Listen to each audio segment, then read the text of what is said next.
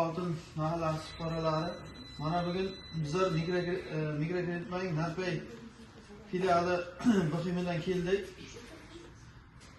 Şu mahallada mana bu fuqarolardan navbatdagi sayyor qabulimizni o'tkazamiz. Uchrashuvimizni shu fuqarolarimizga kerakli bo'lgan bank sohasidagi ma'lumotlar bilan bir-birimiz bilan ulashamiz.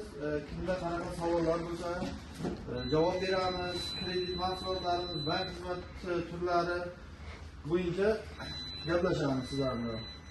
Kimda qanaqa savollar bo'ladigan bo'lsa, bemalol savol berib ishlaymiz, mumkin biz javob beramiz.